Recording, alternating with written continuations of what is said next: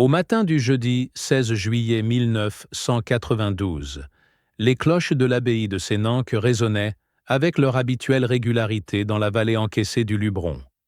Le soleil de Provence s'élevait lentement derrière les cyprès, caressant les champs de lavande d'une lumière dorée. La petite communauté cistercienne, composée de 13 sœurs, s'était rassemblée comme chaque jour à 6h30 pour l'office des laudes. Parmi elles, sœur Claire Lefort, 22 ans, novice depuis un peu plus de 2 ans, observait le chœur d'un regard recueilli.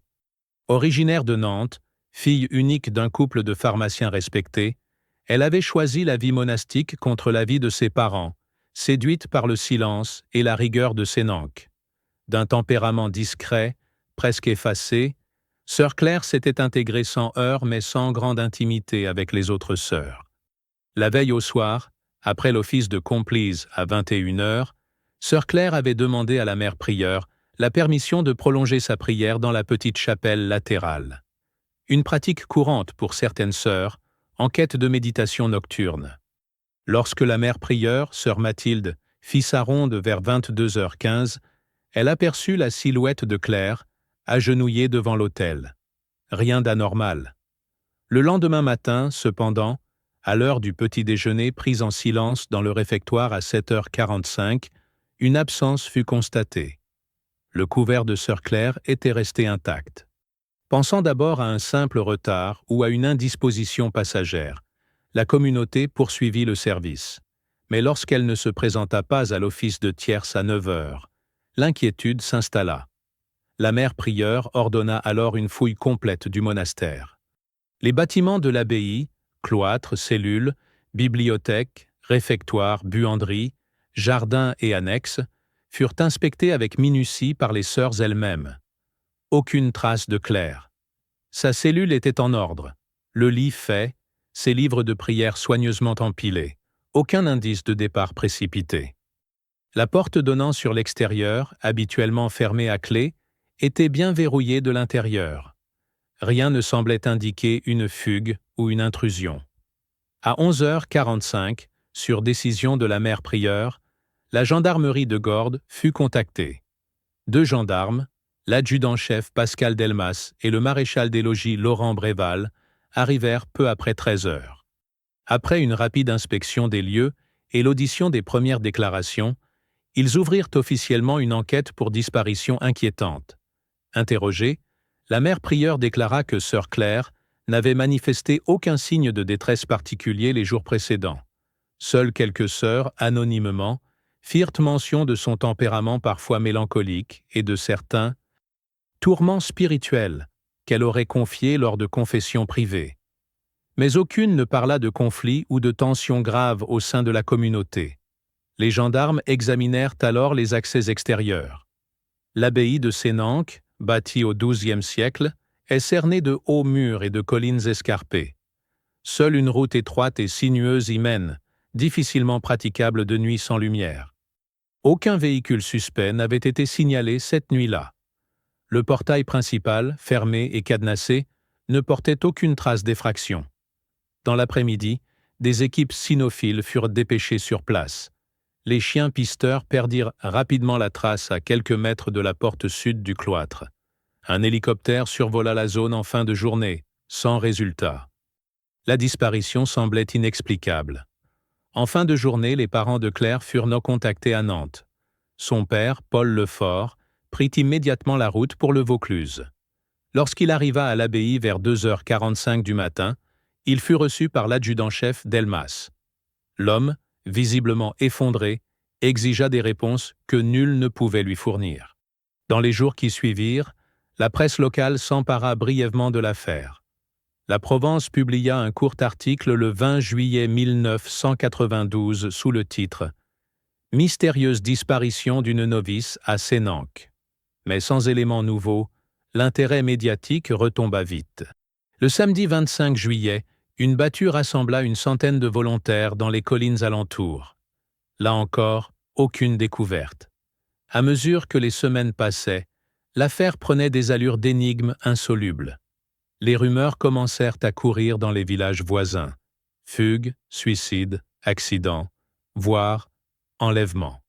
Mais les gendarmes, faute de preuves, ne purent privilégier aucune hypothèse. Dès le mois d'août, l'enquête s'enlisa. La vie reprit son cours à l'abbaye, désormais marquée par l'absence de sœur Claire. Un silence lourd s'installa.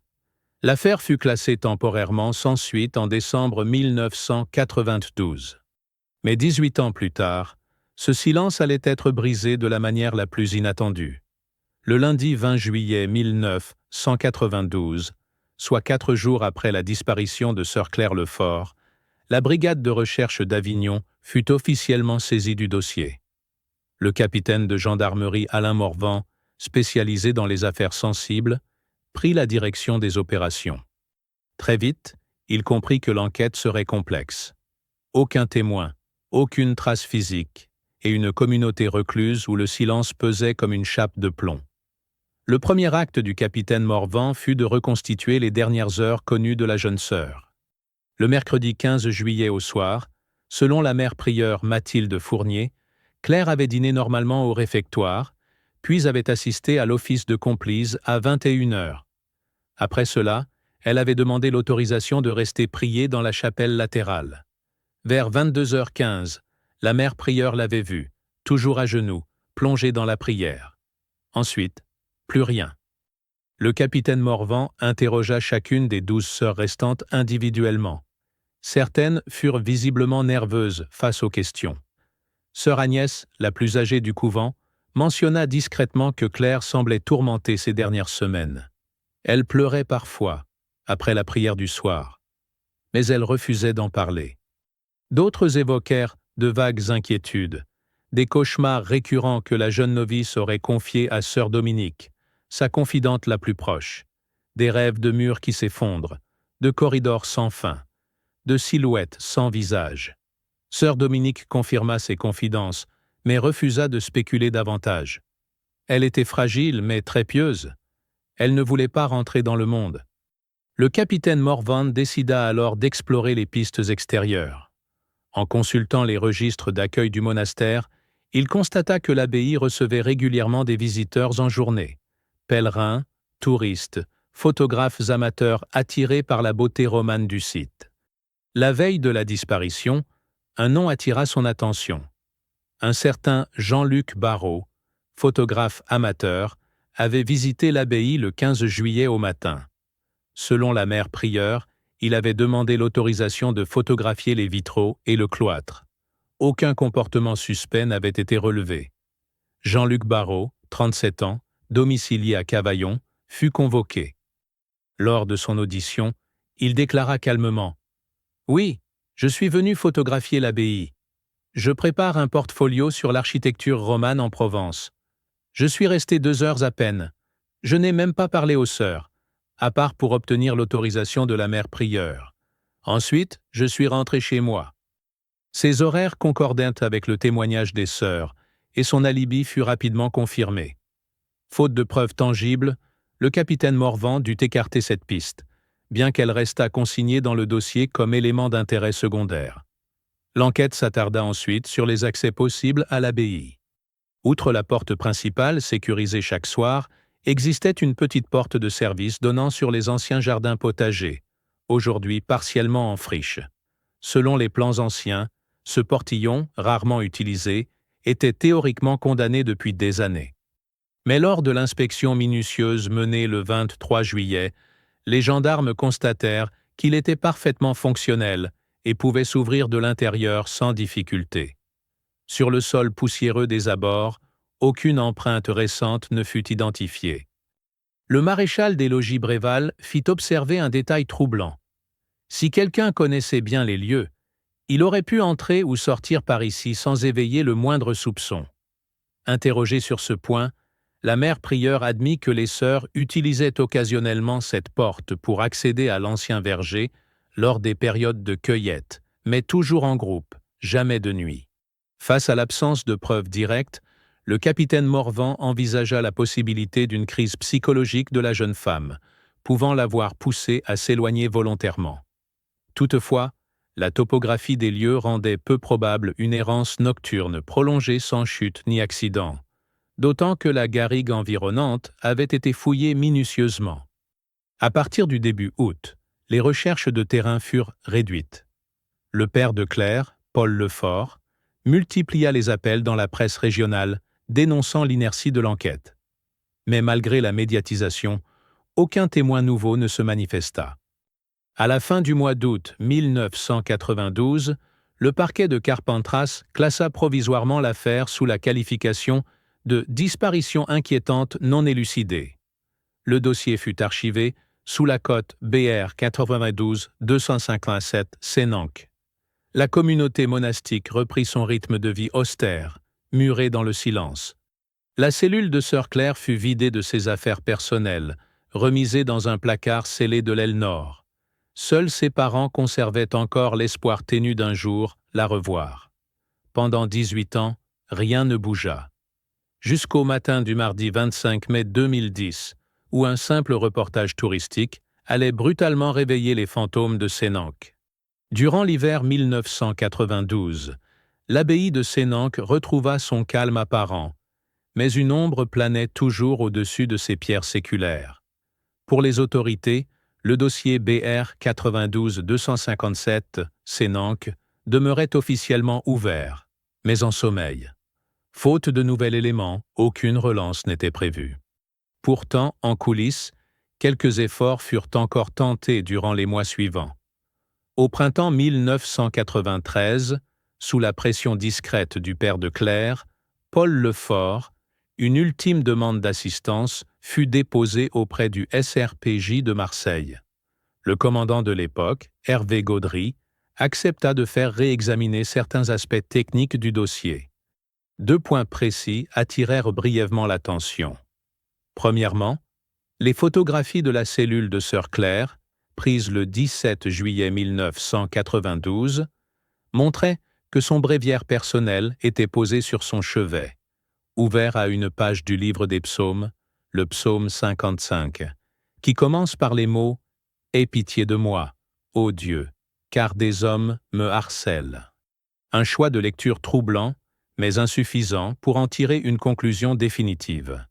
Deuxièmement, l'examen des registres de confession conservés par la mère prieure montrait que Claire avait sollicité un entretien spirituel privé avec l'aumônier extérieur de l'abbaye, le père Henri d'Estrée, 3 semaines avant sa disparition. Ce prêtre, âgé de 59 ans à l'époque, officiait régulièrement pour plusieurs communautés religieuses du Vaucluse. Convoqué au printemps 1993, il déclara « Sœur Claire traversait des doutes, comme beaucoup de jeunes vocations. Nous avons parlé longuement de la tentation du monde extérieur, de ses peurs intérieures. Mais je n'ai rien décelé qui puisse annoncer un drame. » Le commandant Gaudry soupçonnait néanmoins que certaines confidences plus délicates avaient été omises. Faute de preuves, et face au secret de la confession, il ne put aller plus loin. En parallèle, les investigations reprirent brièvement autour du portillon secondaire de l'abbaye.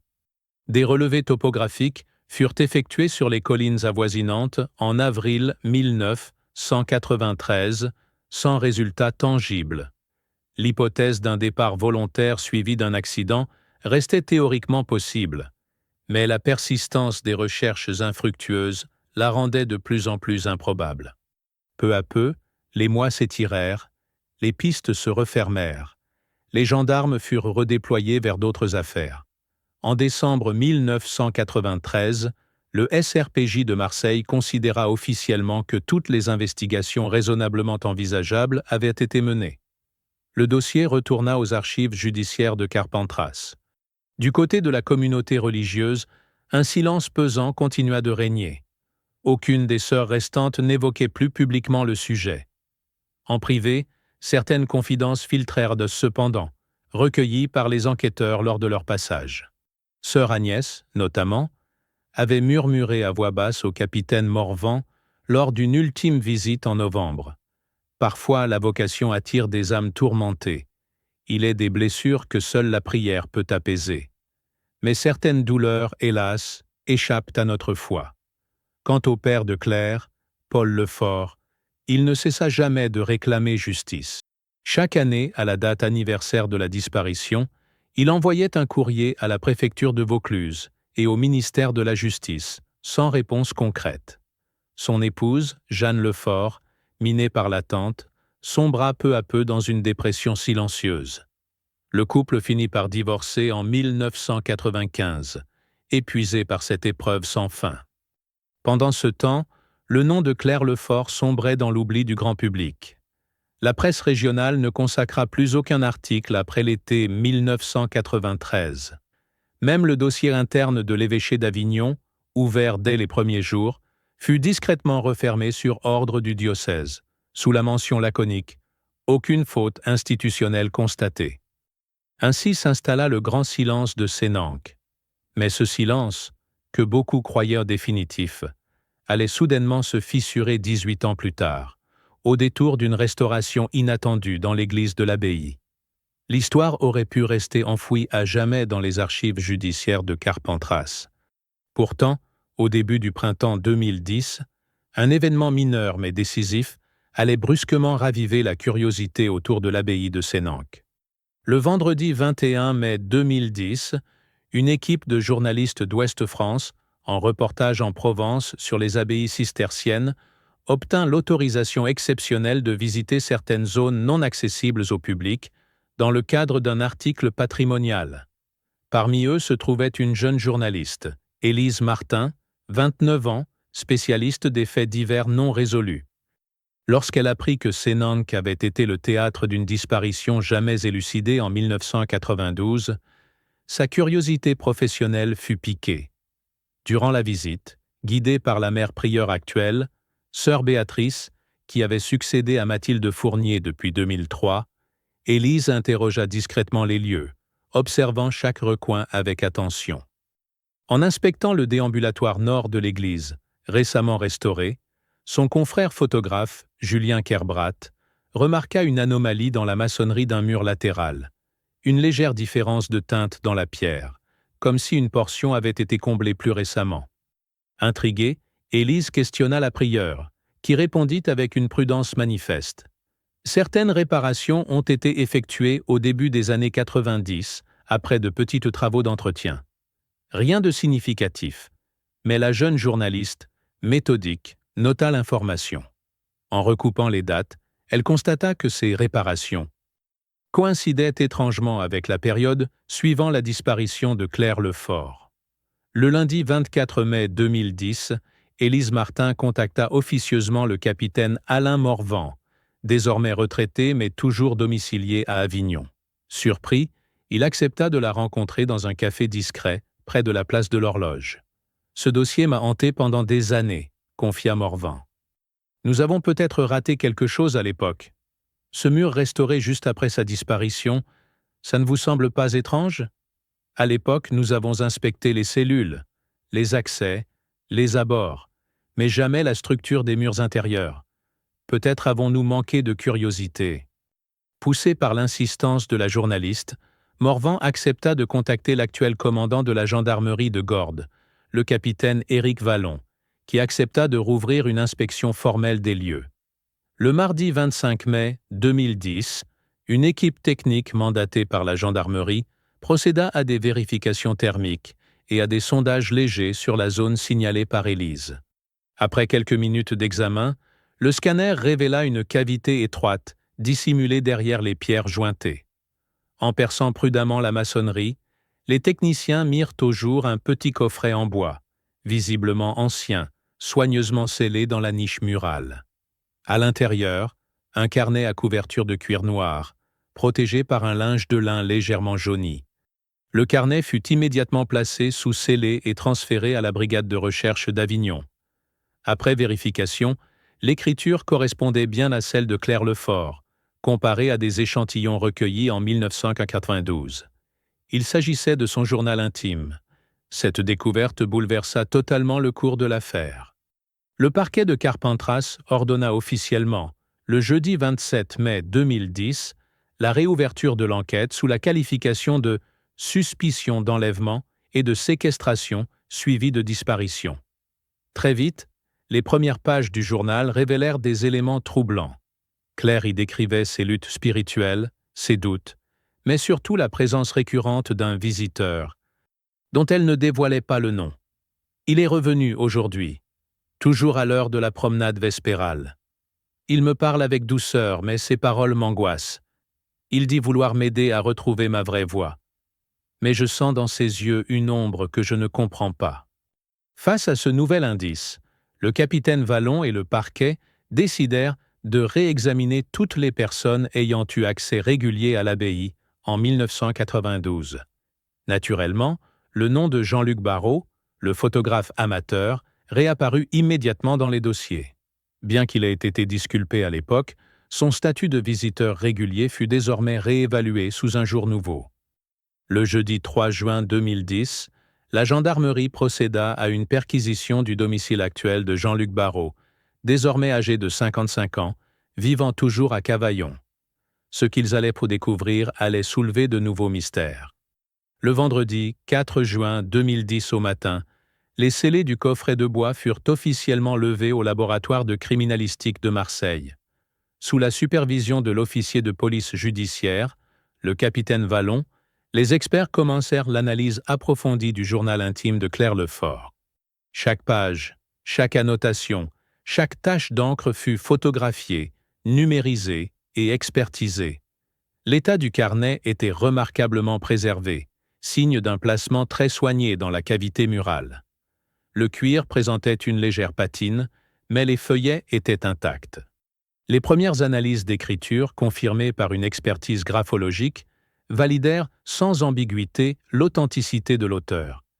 Il s'agissait bien de la main de Claire Lefort. Les premières pages, datées de janvier à mai 1992, relataient essentiellement la vie monastique quotidienne. Mais à partir de la fin mai, le ton du journal changeait brusquement. Les écritures devenaient parfois nerveuses, les phrases incomplètes, parfois presque hachées. Le mercredi 20 mai 1992, Claire écrivait « Il m'observe, chaque jour, derrière le cloître. Il sait que je le vois. Il me parle bas, des mots de réconfort qui me troublent plus qu'ils ne m'apaisent. » Puis, une semaine plus tard, le jeudi 28 mai.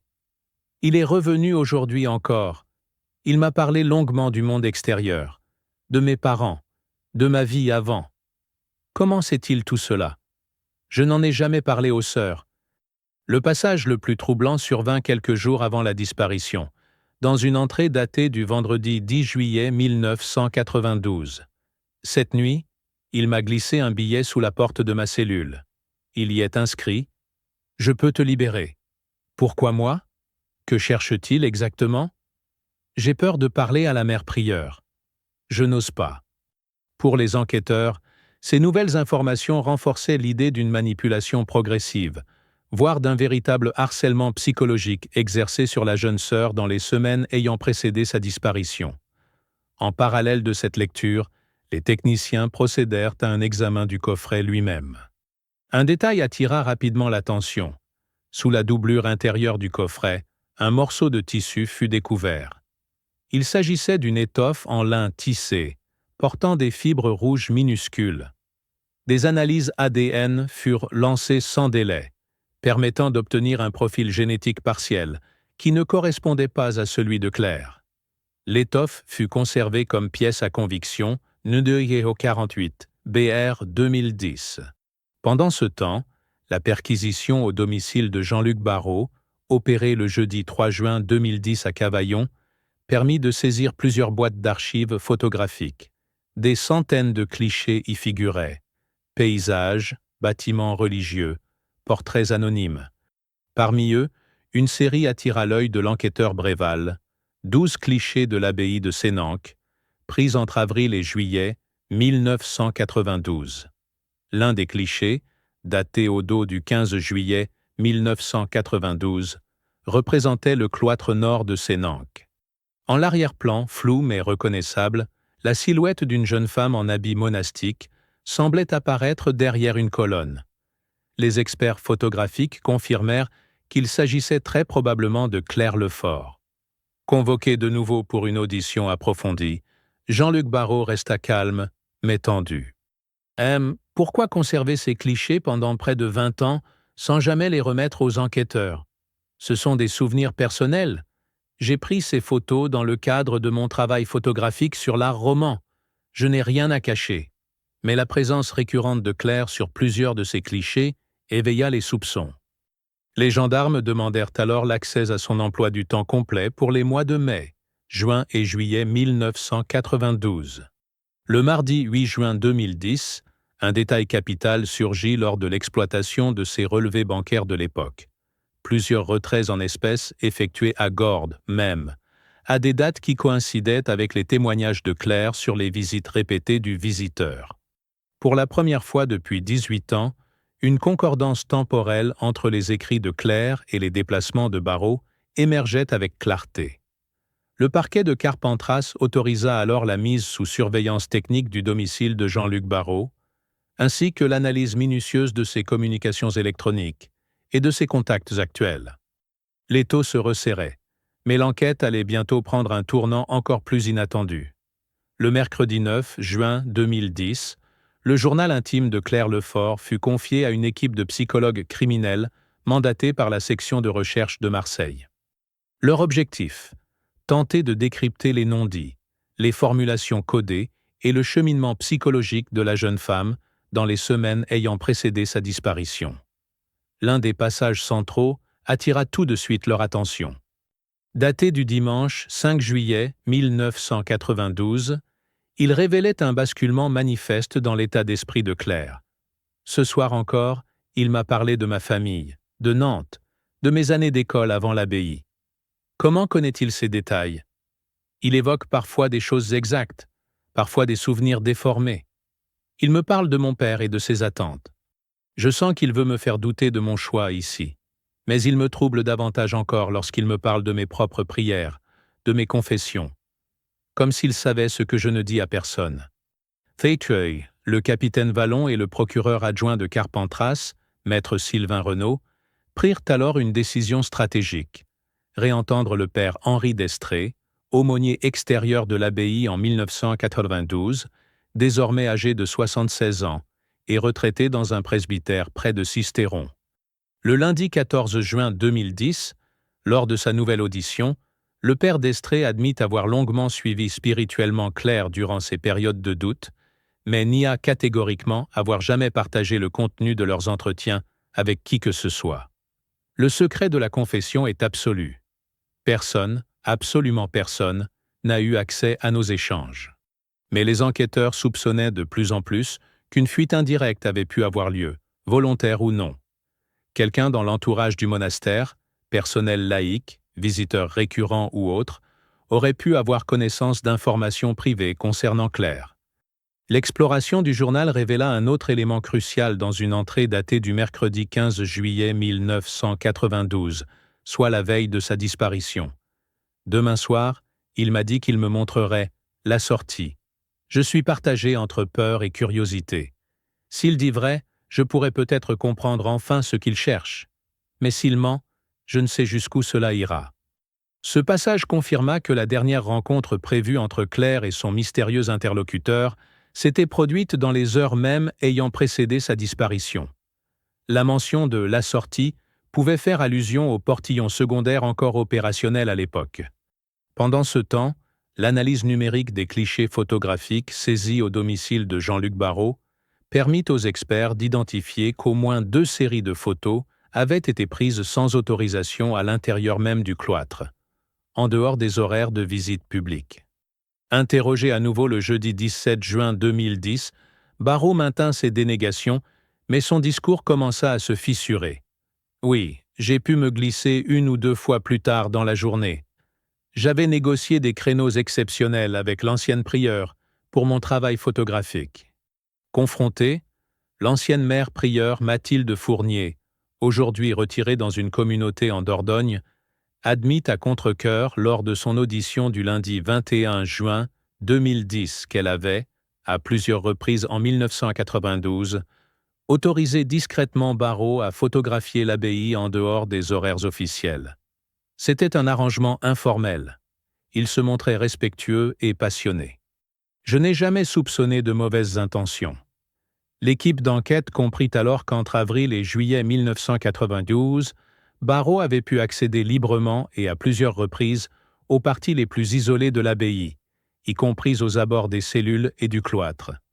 L'analyse psychologique du journal permit aux enquêteurs de dresser un profil beaucoup plus précis du mode opératoire présumé du visiteur.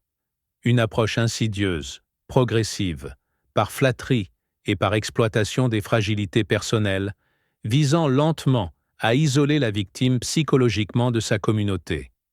Enfin, l'ADN extrait de l'étoffe retrouvé dans le coffret livré en mai 2010 fut comparé à celui de Barrault, grâce à un échantillon prélevé sous contrainte judiciaire. Le mercredi 23 juin 2010, les résultats tombèrent. Absence de correspondance. Cette non-concordance ne disculpait pas Barrault, mais indiquait qu'une autre personne, encore inconnue, était également impliquée dans l'affaire. Soit un complice, soit un acteur totalement distinct. L'enquête venait de franchir un nouveau seuil de complexité. Car désormais, au lieu d'un unique suspect, les enquêteurs faisaient de face à l'éventualité d'un second protagoniste, resté jusqu'ici dans l'ombre pendant 18 ans. Le vendredi 25 juin 2010, après les résultats négatifs des tests ADN sur Jean-Luc Barrault, le parquet de Carpentras décida officiellement de requalifier l'affaire en disparition suspecte avec intervention de tiers non identifiés. L'enquête prenait désormais une dimension beaucoup plus large. Sous la direction du capitaine Éric Vallon, la cellule d'enquête spéciale mise en place à la gendarmerie d'Avignon fut renforcée par 2 nouveaux spécialistes du groupe d'intervention régionale, le lieutenant Sophie Renaud, criminologue, et l'adjudant Marc Delcourt, analyste comportemental. Le premier objectif de la nouvelle équipe fut de reconstituer en détail les fréquentations de l'abbaye entre le mois d'avril et la disparition de juillet 1992. L'étude des anciens registres de visiteurs, longtemps négligés, permit d'exhumer plusieurs noms autrefois passés inaperçus. Parmi eux, un certain André Vallier, âgé à l'époque de 45 ans, domicilié alors à Apt, signalé à 3 reprises sur le registre, les 10 avril, 15 mai et 25 juin 1992. Vallier, antiquaire itinérant, spécialisé dans les objets religieux anciens, entretenait des liens commerciaux discrets avec plusieurs communautés monastiques de la région. En croisant ces informations avec les relevés bancaires de Barrault, l'équipe établit que Vallier et Barrault avaient effectué des retraits le même jour à Gordes, notamment le 15 mai et le 25 juin 1992. La possibilité d'un contact entre les 2 hommes devenait sérieuse. Le mardi 29 juin 2010, André Vallier fut localisé à Sisteron, où il exploitait toujours une petite boutique d'antiquités sous le nom « Les Trésors du Cloître ». Lors de son audition préliminaire, Vallier afficha un calme glacial. « Oui, je suis venu à Sénanque à l'époque. Je cherchais quelques pièces anciennes pour mes collections, mais je n'ai rien trouvé. Quant à M. Barrault, non, je ne le connais pas personnellement. Peut-être l'ai-je croisé, sans plus. » Pourtant, lors de la perquisition menée le lendemain à son domicile, les enquêteurs mirent la main sur un petit lot de pièces d'art sacrées, parmi lesquelles figurait une médaille votive gravée au nom de Claire Lefort, offerte par ses parents lors de sa prise de voile en 1990. Interrogé sur la provenance de l'objet, Vallier s'enfonça dans une version confuse. « Je l'ai probablement acheté sur un marché aux puces il y a des années. Je ne me souviens plus précisément. » Face à cet élément accablant, Vallier fut placé en garde à vue le jeudi 1er juillet 2010. Son ADN fut prélevé et comparé immédiatement à celui retrouvé sur le morceau de lin du coffret. Le lundi 5 juillet 2010, le laboratoire confirma la correspondance génétique entre Vallier et les traces retrouvées sur l'étoffe. Pour le capitaine Vallon, la chaîne logique se consolidait. Les enquêteurs soupçonnaient désormais que Vallier et Barrault avaient pu agir de concert. Barrault, bénéficiant d'un accès facilité grâce à ses arrangements photographiques, aurait pu identifier Claire et transmettre des informations intimes à Vallier. Ce dernier, plus manipulateur et calculateur, aurait patiemment approché la jeune sœur, exploitant ses doutes intérieurs. Le mardi 6 juillet 2010, Lors de son second interrogatoire, confronté aux preuves accumulées, André Vallier finit par concéder un début d'implication. « Oui, j'ai parlé avec elle, à travers la grille du cloître. Je voulais simplement la sauver de cette vie d'enfermement. C'était elle qui hésitait. Mais je n'ai jamais voulu de malheur. » Mais devant les multiples contradictions de son récit, notamment ses incohérences sur les dates exactes de ses visites et la présence du billet glissé sous la porte de Claire, le parquet demanda son placement en détention provisoire à la prison du Pontet. Restait alors à déterminer le rôle exact de Jean-Luc Barrault dans cette mécanique obscure. Était-il un simple complice, un initiateur, ou même, peut-être, celui qui avait permis l'accès final dans la nuit du 16 juillet 1992 ? L'enquête approchait du cœur même du drame de Sénanque. Mais ce qu'allaient de révéler les nouvelles confrontations allait plonger l'affaire dans une noirceur encore insoupçonnée. Le mercredi 7 juillet 2010, après la mise en détention provisoire d'André Vallier au Pontet, le capitaine Éric Vallon convoqua une nouvelle série d'auditions croisées, destinées à confronter les deux principaux suspects sous contrôle judiciaire. Jean-Luc Barrault, jusqu'alors laissé en liberté sous surveillance, fut extrait de son domicile et amené au centre judiciaire d'Avignon. Dès le début de l'interrogatoire, les enquêteurs adoptèrent une stratégie plus agressive, désormais armés des déclarations partielles de Vallier. « Monsieur Barrault, nous savons désormais que vous étiez en contact avec André Vallier en 1992. Pourquoi l'avoir nié jusqu'à présent ?» demanda sèchement le capitaine Vallon. Barrault pâlit, puis lâcha. « Nous nous sommes croisés, oui. Il m'a abordé un jour à Gordes. Il savait que je photographiais l'abbaye. Il m'a demandé des informations sur l'organisation intérieure, sur les horaires des offices. Il m'a semblé intéressé par le patrimoine religieux. Je ne voyais pas où était le mal. Je n'ai rien fait de plus. » Mais lorsque les enquêteurs présentèrent les relevés téléphoniques anciens, retrouvés difficilement dans les archives de France Télécom, montrant au moins 4 communications entre Barrault et Vallier durant le mois de juin 1992, sa version s'effondra. Mis sous pression, Barrault finit par avouer « Vallier m'avait proposé un marché. J'avais des difficultés financières à l'époque. Il voulait quelques clichés d'intérieur, à des heures interdites au public. En échange, il m'a payé. Mais je vous jure que je ne savais rien de ses intentions envers cette sœur. » Dans le même temps, à la maison d'arrêt du Pontet, André Vallier fut informé de ses aveux. Son visage se ferma brutalement. « Bien sûr qu'il savait », lança Vallier. « Il savait tout. C'est lui qui a organisé l'accès nocturne, qui m'a signalé quand elle restait prier tard dans la chapelle.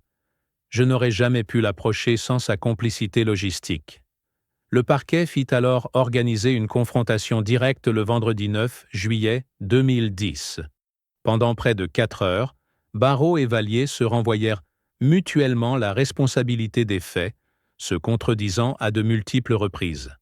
Les enquêteurs constatèrent plusieurs éléments troublants. Barrault confirma qu'il avait laissé discrètement déverrouiller le petit portillon de service la nuit du 16 juillet 1992 à la demande de Vallier. Vallier reconnut s'être introduit seul dans l'enceinte pour parler à Claire, mais nia formellement toute violence. Tous deux affirmèrent, contre toute logique, ne pas savoir ce qu'il était advenu de Claire après cette ultime rencontre. Face à ce mur de contradictions, les enquêteurs reprirent l'étude minutieuse des dernières pages du journal de Claire.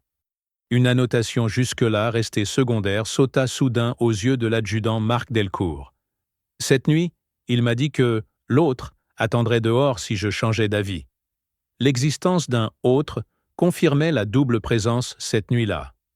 Dans une dernière tentative de clarification, la mère prieure de l'époque, Mathilde Fournier, fut à nouveau entendue.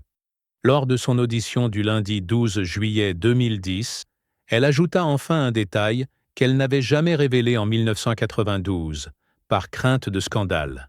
« Cette nuit-là, peu avant 22 heures, j'ai cru entendre le grincement lointain du vieux portillon au fond du jardin. Je n'en ai parlé à personne. J'ai pensé avoir rêvé. Ce grincement, resté ignoré pendant 18 ans, venait renforcer l'hypothèse d'une intrusion planifiée. À ce stade, les magistrats envisageaient désormais la qualification de séquestration suivie de disparition involontaire avec préméditation concertée entre les deux suspects. Mais l'absence de corps empêchait toujours de reconstituer précisément les heures cruciales ayant suivi l'entretien secret entre Vallier et Claire. C'est alors qu'un témoignage inattendu allait rebattre toutes les cartes. Le mardi 13 juillet 2010, une femme de 64 ans, Suzanne Méricourt, ancienne intendante laïque de l'abbaye en 1992, demanda à être entendue. Son récit allait changer la perspective de toute l'enquête. Le mardi 13 juillet 2010, lorsque Suzanne Méricourt franchit les portes de la gendarmerie d'Avignon, l'équipe d'enquête sentit immédiatement le poids du moment. Ancienne intendante laïque de l'abbaye de Sénanque, aujourd'hui retraitée à Orange, Suzanne avait occupé ce poste de 1986 à 1992, avant de quitter ses fonctions quelques semaines après la disparition de Claire Lefort. Face au capitaine Vallon et à l'adjudant Delcourt, elle déclara d'une voix hésitante : « J'aurais dû parler plus tôt. » Mais à l'époque, la pression morale de l'abbaye était immense. On m'a implicitement fait comprendre de garder le silence. Pressée de s'expliquer, Suzanne livra une révélation inattendue. Durant l'été 1988, soit 4 ans avant la disparition de Claire, une jeune postulante de 20 ans, Sophie Lemoine, avait quitté l'abbaye brusquement, après seulement 6 mois de noviciat. Officiellement, il s'agissait d'un départ volontaire pour raison de santé. Mais selon Suzanne, la version officielle cachait une réalité bien plus troublante. Sophie avait confié à quelques-unes d'entre nous qu'elle se sentait harcelée par un visiteur extérieur, un homme plus âgé qui lui faisait des avances sous couvert de conseils spirituels. Aucune plainte officielle n'avait été déposée à l'époque. Les responsables ecclésiastiques s'étaient de contenter d'encourager son départ discret, afin d'éviter tout scandale. L'évocation du cas Lemoine fit immédiatement surgir un nom dans l'esprit du capitaine Vallon, André Vallier. Vérification faite, le registre de visite de l'été 1988 de l'abbaye de Sénanque mentionnait bien la présence d'André Vallier à 3 reprises, les 3 juin, 17 juillet et 2 septembre 1988. L'équipe d'enquête comprit qu'elle n'était probablement pas face à une dérive isolée sur Claire Lefort, mais face à un schéma répétitif de prédation ciblant de jeunes novices fragiles. Le mercredi 14 juillet 2010, Sophie Lemoine fut retrouvée à Marseille, où elle vivait sous son nom marital de Sophie Leclerc-Q. Invitée à témoigner, elle confirma intégralement les dires de Suzanne Méricourt. « Oui, je le reconnais. C'était cet antiquaire, Vallier. Il trouvait toujours un prétexte pour croiser notre chemin. Un objet liturgique, un missel ancien, des donations. Mais très vite, il a commencé à me faire des remarques ambiguës. Il savait des choses sur moi que je n'avais confiées qu'à mon confesseur. Ça m'a terrorisé. J'ai supplié la mère prieure de me laisser partir. On m'a fait jurer de ne jamais en parler, pour protéger la réputation de l'abbaye. » Convoquée une nouvelle fois le vendredi 16 juillet 2010, l'ancienne mère prieure Mathilde Fournier dut reconnaître sous serment que le cas Lemoine avait bien existé, tout en tentant de se justifier. Nous pensions avoir écarté le danger en laissant partir Sophie. Nous ignorions que Vallier puisse recommencer. Mais cette fois, les magistrats estimaient que l'omerta institutionnelle avait indirectement permis la répétition du drame. Dès lors, le parquet élargit officiellement l'enquête à une qualification de fait de harcèlement aggravé à caractère systémique, visant désormais les 2 suspects. L'hypothèse la plus vraisemblable, solidement étayée, était la suivante. Jean-Luc Barrault, introduit officiellement comme photographe régulier, permettait à Vallier d'accéder aux informations confidentielles sur certaines jeunes novices vulnérables. Vallier utilisait ensuite ces données pour manipuler psychologiquement ses cibles, jusqu'à provoquer leur départ ou leur capture. Restait cependant la question centrale. Que s'était-il précisément passé avec Claire dans la nuit du 16 juillet 1992 ? Pourquoi, alors que Sophie avait pu fuir, Claire avait-elle disparu sans laisser de traces? Face à la gravité des nouveaux éléments, le juge d'instruction de Carpentras ordonna la saisie complète des biens et archives personnelles de Vallier et Barrault, ainsi que des perquisitions supplémentaires dans les dépendances de l'abbaye. C'est au cours de l'une de ces fouilles, le mardi 20 juillet 2010, qu'une nouvelle pièce capitale allait être exhumée, dissimulée depuis 18 ans dans un endroit où personne n'avait encore songé à chercher. Le mardi 20 juillet 2010 au matin, la découverte inattendue d'une nouvelle pièce à conviction plongea l'enquête dans une nouvelle dimension. En fouillant l'ancien cellier de l'aile sud de l'abbaye, zone longtemps fermée pour travaux et rarement visitée depuis le départ de la mère prieure Mathilde Fournier, les techniciens de la section scientifique mirent au jour un ancien coffre de rangement, dissimulé sous des dalles de pierre. À l'intérieur, soigneusement emballé dans une bâche plastique jaunie par le temps, se trouvait un manteau de novice, portant encore l'étiquette de couture au nom de Claire Lefort. Dans l'une des poches intérieures, les experts relevèrent une fine cordelette de jute, et plus inquiétante encore, une clef ancienne correspondant précisément au portillon secondaire de l'abbaye. Cette double découverte confirmait définitivement qu'un accès nocturne non autorisé avait bien été utilisé la nuit du 16 au 17 juillet 1992. Le lendemain, mercredi 21 juillet 2010, l'information fuita dans la presse régionale. La Provence publia en une « Affaire Claire Lefort », le mystère de Sénanque relancé par des preuves accablantes. L'emballement médiatique fut immédiat. Les chaînes nationales relayèrent le dossier sous l'intitulé désormais bien connu de « L'affaire de l'abbaye de Sénanque ». Dans les heures qui suivirent, le diocèse d'Avignon, par la voix de l'archevêque Monseigneur Bertrand Caillot, publia un communiqué officiel. Le diocèse exprime son émotion et sa peine face à la réouverture de ce douloureux dossier. Nous collaborons pleinement avec la justice. Toutefois, nous déplorons certaines interprétations excessives diffusées dans les médias qui nuisent à la sérénité de l'enquête. En coulisses, toutefois, l'Église multiplia les démarches auprès du parquet et du ministère de la Justice pour limiter l'accès aux archives ecclésiastiques sensibles des années 90. Plusieurs hauts responsables religieux furent entendus sur le rôle qu'ils avaient pu jouer dans la gestion discrète du départ de Sophie Lemoine en 1988 et du silence imposé après la disparition de Claire.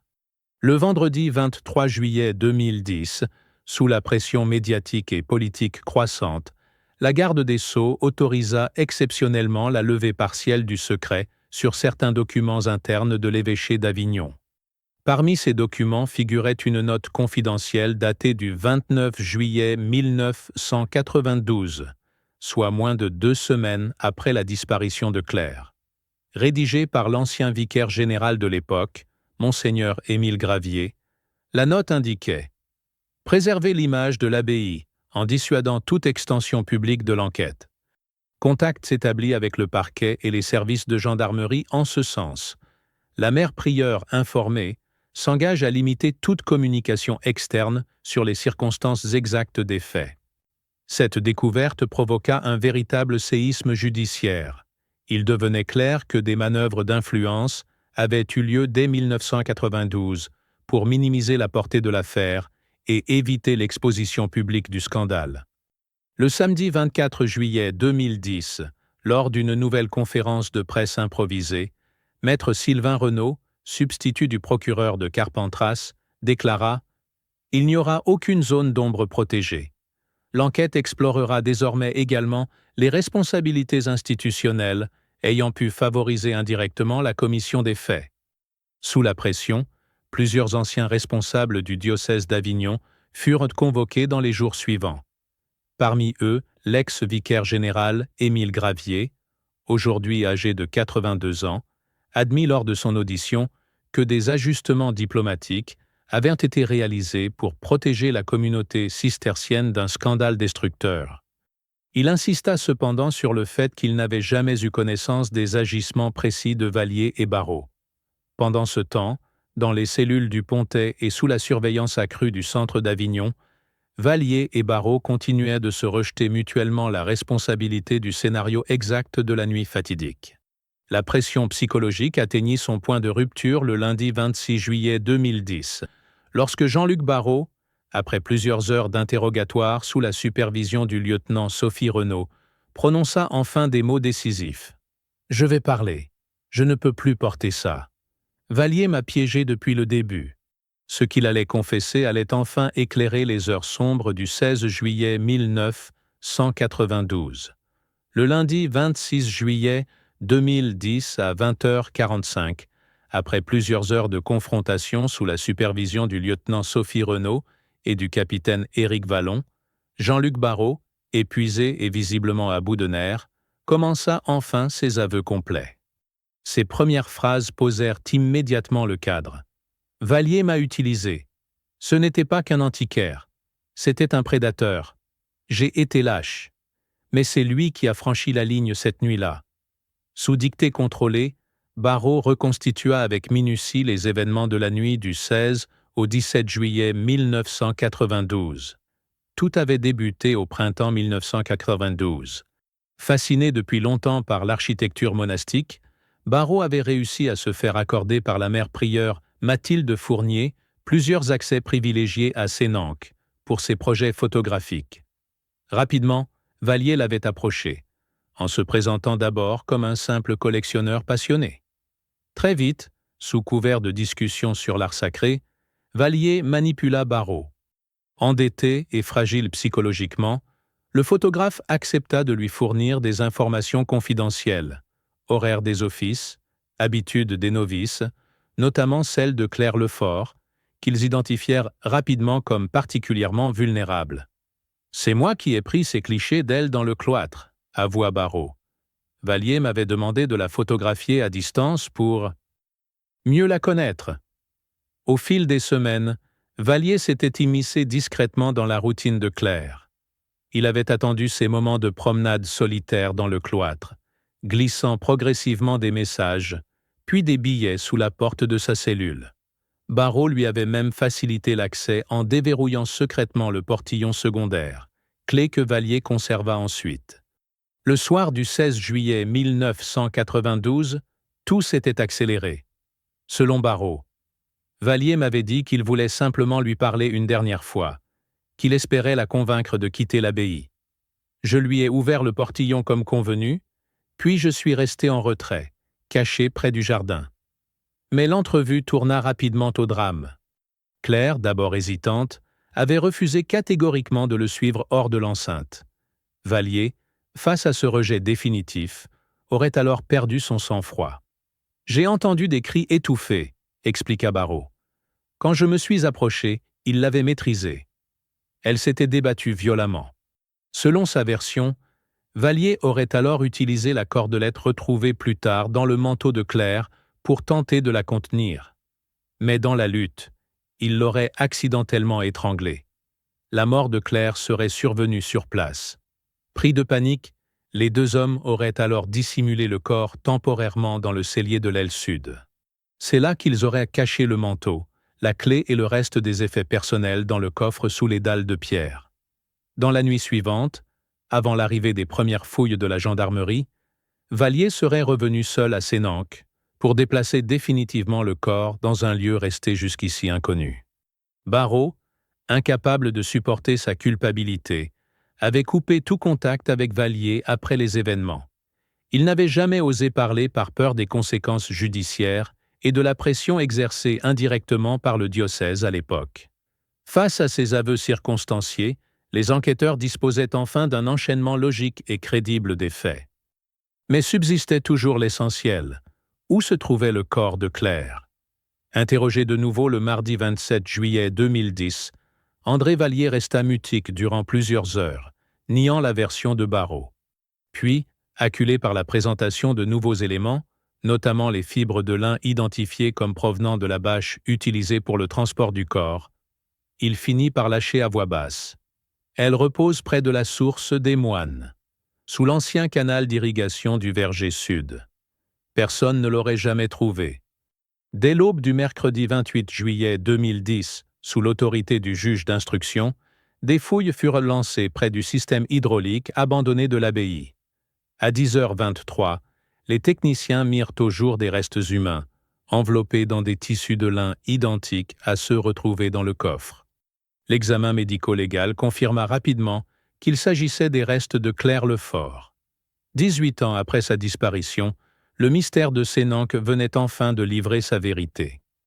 Le vendredi 6 mai 2011, dans la grande salle d'audience du tribunal correctionnel de Carpentras, l'affaire Claire Lefort, abbaye de Sénanque, connut enfin son dénouement judiciaire, après 19 années de mystère, d'omerta et d'enquête progressive. Durant 5 jours d'audience, le déroulé des faits fut minutieusement exposé. La manipulation psychologique orchestrée dès le printemps 1992 par André Vallier, avec la complicité de Jean-Luc Barrot. Les accès nocturnes facilités par la clé du portillon secondaire. L'agression fatale survenue dans la nuit du 16 juillet 1992. La dissimulation méthodique du corps de Claire sous l'ancien canal d'irrigation. Les années de silence pesant protégées par les responsabilités institutionnelles du diocèse d'Avignon. Le parquet requit la peine maximale de réclusion criminelle à perpétuité à l'encontre d'André Vallier, qualifiant ces actes de prédation méthodique et préméditée sur personnes vulnérables, sous couvert de foi et d'autorité spirituelle. Jean-Luc Barrot, reconnu coupable de complicité par fourniture d'informations et participation logistique ayant permis la séquestration, fut condamné à 15 années de réclusion. Lors de l'audience, le père de Claire, Paul Lefort, désormais âgé de 65 ans, prit la parole dans un silence absolu. 19 années de douleur et de mensonges. Nous repartons avec l'atroce certitude de la vérité, mais au moins, la vérité. La mère de Claire, Jeanne Lefort, n'avait pu assister au débat, étant décédée en 2008 sans jamais avoir connu l'issue du dossier. En parallèle du volet judiciaire, l'enquête interne ouverte sur les responsabilités institutionnelles du diocèse d'Avignon déboucha sur des sanctions canoniques lourdes. Monseigneur Émile Gravier, ancien vicaire général, fut relevé de toute fonction honorifique restante. L'ancienne mère prieure Mathilde Fournier fut rappelée par sa congrégation et placée en retraite canonique anticipée. Des réformes de transparence furent imposées aux communautés cisterciennes de Provence par le Vatican à partir de l'été 2011. Dans un communiqué officiel publié le 10 mai 2011, le Vatican déclara « L'Église exprime un profond repentir face aux silences passés qui ont indirectement permis ces tragédies. La lumière de la vérité doit primer sur toute considération institutionnelle. » Le site de l'abbaye de Sénanque rouvrit ses portes au public à l'automne 2011, après plusieurs mois de fermeture totale. Un mémorial discret fut installé dans une chapelle latérale, portant le simple nom gravé de Claire Lefort, 1992. Dans les mois qui suivirent, plusieurs documentaires, articles et ouvrages furent consacrés à l'affaire, devenant l'un des plus emblématiques cold cases résolus de l'histoire judiciaire française contemporaine. Le journaliste d'Ouest France, Julien Kerbrat, et la reporter Élise Martin, dont l'intuition initiale permit la réouverture du dossier, publièrent en janvier 2012 un livre-enquête sous le titre « Sénanque, le silence brisé ». Ainsi s'acheva, après près de 2 décennies, l'affaire de la disparition de Claire Lefort à l'abbaye de Sénanque, un drame tissé de manipulations insidieuses, de silences coupables et de lentes mais implacables progressions vers la vérité.